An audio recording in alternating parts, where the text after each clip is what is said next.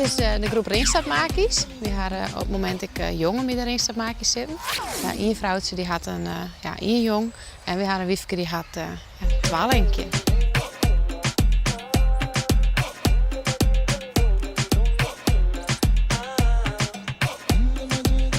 De tweelingjes die zitten nog op een buik. Ik ben nog te jong om op een reg te zitten.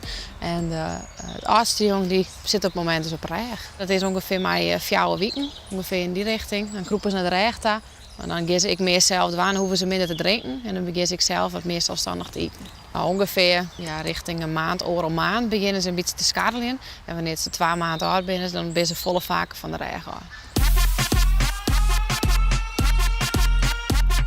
De mem die zwaart met name voor de jong. De hij die past een beetje op dat er net een andere man in de buurt komt. Maar verder net. Dus qua zwaarigheid voor het jong, dat de mem het mee is.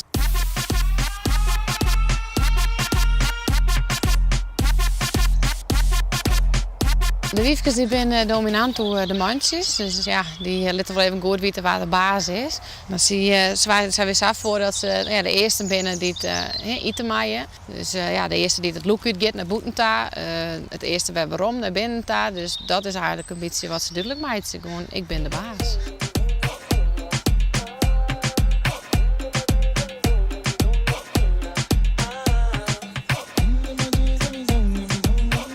Ze hadden een heel lange stut. Om precies te wijzen zitten er 13 ringen op die stut, dus dat is mooi één.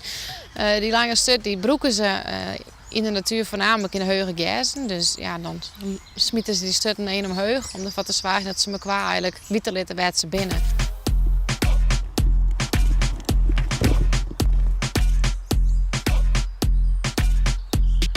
Apen zelf in het algemeen zijn hele slimme beesten.